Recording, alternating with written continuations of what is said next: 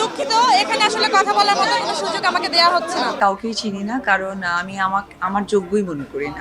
আগে ছিল 6 মাস হিন্দু 6 মাস মুসলিম, এবার অপু বিশ্বাসকে ধুয়ে দিলেন পরিমণি। হ্যাঁ ভিউয়ার্স, ঠিকই শুনেছেন, অপু বিশ্বাসের ওপর কিসের এত ক্ষোভ পরিমণি? চলুন জেনে আসি বিস্তারিত।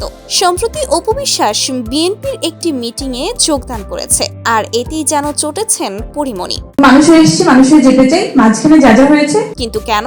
এর কারণ হলো অপু বিশ্বাস এর আগে আওয়ামী লীগ করত, কিন্তু আওয়ামী লীগ না থাকায় বিএনপিতে যোগদান করেছে অপু, আর বিষয়টি মেনে নিতে পারেনি পরিমণি। শুধু তাই নয়, ফেসবুক পোস্টে পরিমণি অপুর ধর্ম নিয়েও মন্তব্য করেছে। অবশ্য পরিমণি খুব একটা খারাপ বলেনি, কারণ অপু বিশ্বাস 6 মাস পুজো করে, আবার 6 মাস নামাজ পড়ে, নির্দিষ্টভাবে কোনো ধর্ম অনুসরণ করে না, এবং সুবিধাবাদীর দিক থেকেও অপু বিশ্বাস অনন্য। এটা আমার কথা নয়, এমনটা জানিয়েছেন পরিমণি নিজেই। শুধু কি তাই, অপু বিশ্বাসকে সরাসরি পৌঁছিবাজ বলে মন্তব্য করেছেন পরিমণি। তবে নেটিজেনরা প্রশ্ন তুলেছে, এত সামান্য কারণে কেন অপুকে ধুয়ে দিলেন তিনি?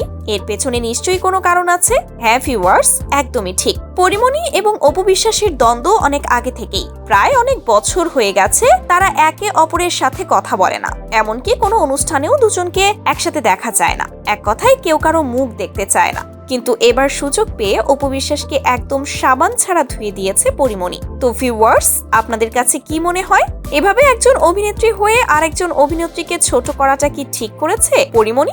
অবশ্যই জানাবেন ভিডিওর কমেন্ট বক্সে।